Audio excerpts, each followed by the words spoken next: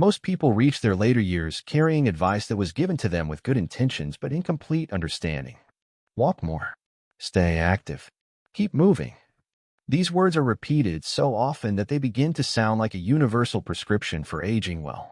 And in many ways, walking is helpful. It keeps the heart beating rhythmically. It encourages the lungs to expand and contract.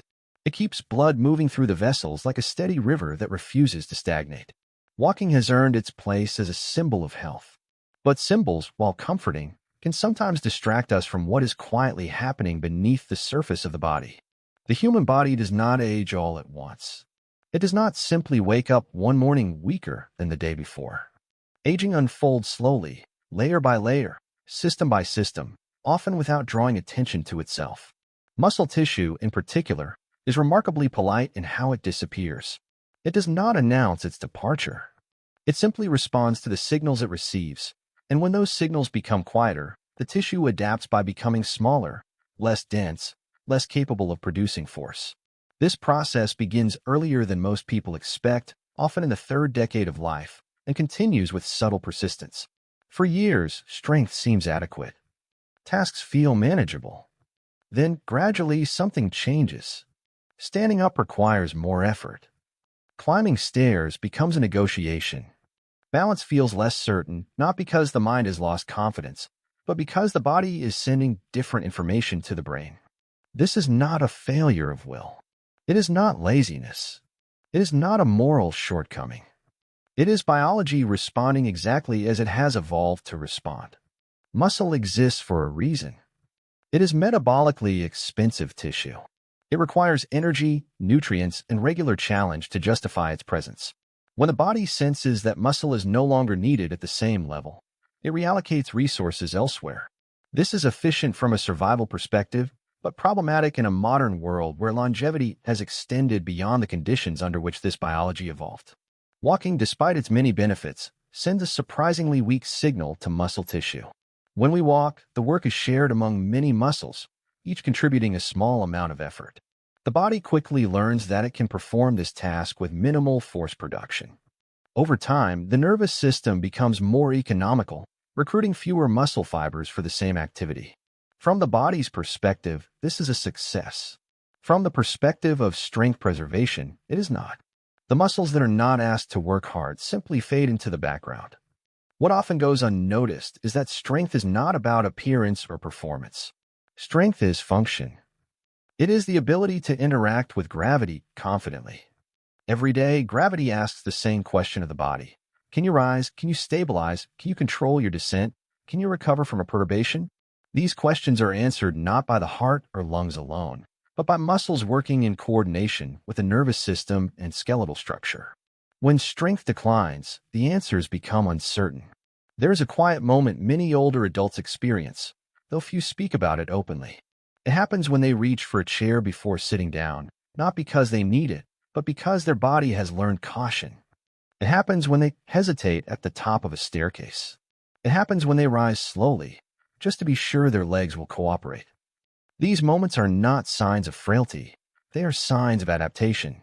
The body is compensating for changes that have already occurred. Muscle loss changes more than movement.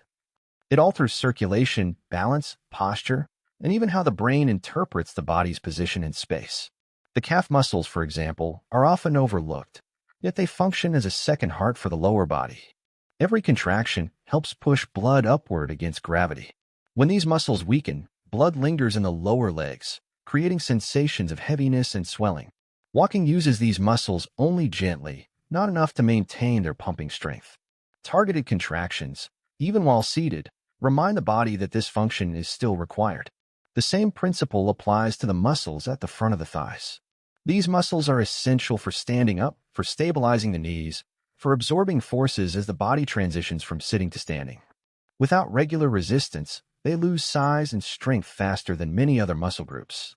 Walking on level ground barely challenges them. Yet a simple movement against gravity, performed slowly and with intention, can reawaken their capacity. Then there are the muscles responsible for lifting the leg during walking, the ones that quietly ensure the foot clears the ground. When these muscles weaken, steps shorten.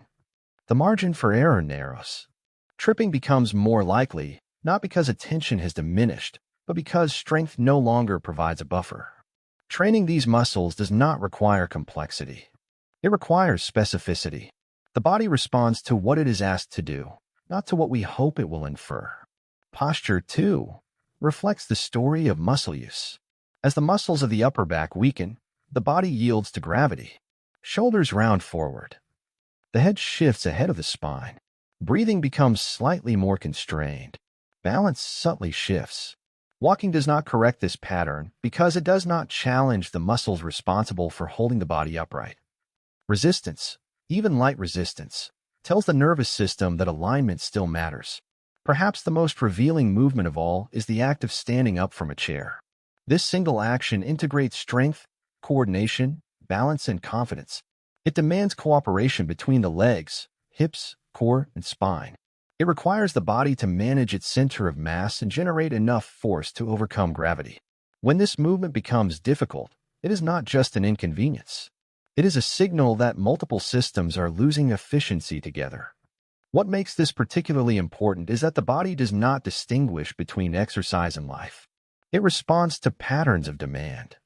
When movements that challenge strength are removed from daily routines, the body adapts accordingly. Conversely, when even simple strength-based movements are reintroduced, the body responds with remarkable willingness, even later in life. Muscle tissue retains its ability to adapt. Bones respond to mechanical loading. The nervous system refines coordination. These changes do not require intensity. They require consistency and intention. There is a common misconception that effective exercise must look difficult or dramatic. In reality, effectiveness is determined by whether the movement challenges the system it is meant to support.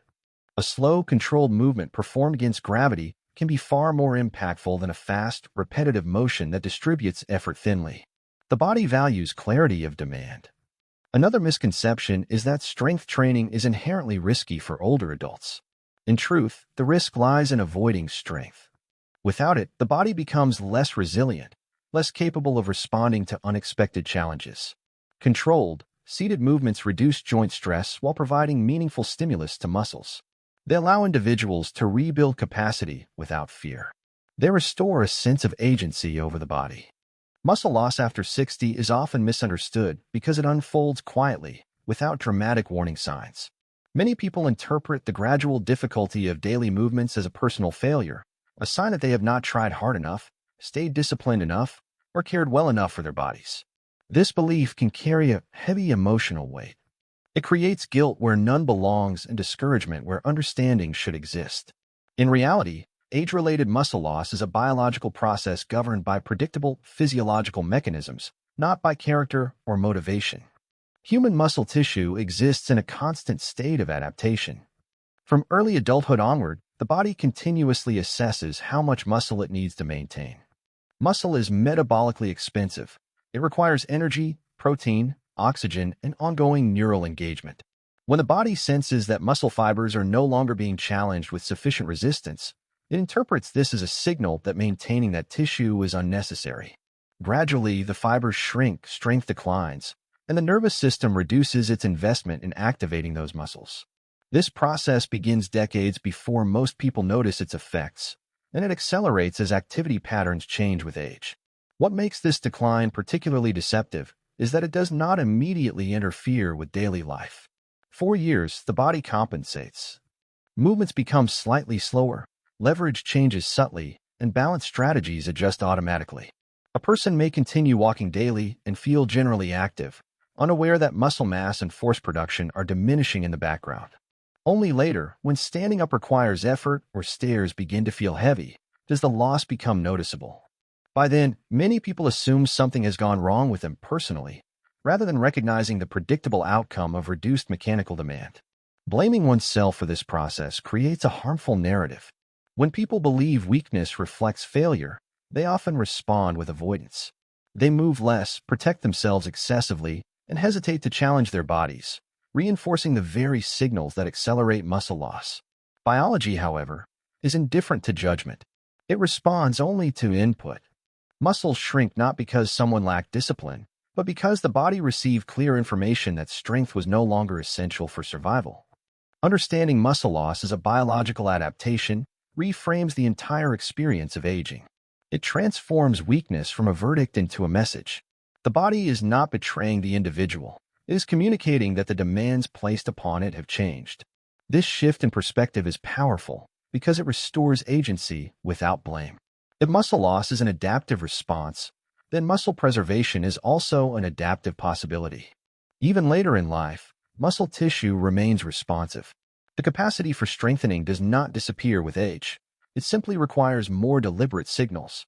When resistance is reintroduced in a safe, controlled way, the body responds with renewed protein synthesis, improved neural coordination, and greater confidence in movement. This response is not a miracle. It is the continuation of a biological conversation that never truly ends. Recognizing muscle loss after 60 as biology rather than personal failure allows compassion to replace criticism. It encourages curiosity instead of fear and action instead of resignation. Most importantly, it reminds people that their bodies are not broken. They are responsive systems waiting for clear direction. The body is not asking for more effort. It is asking for clearer signals. When we give it movements that remind it why strength still matters, it responds with stability, confidence, and trust. Aging does not take these qualities away. We simply have to keep asking for them.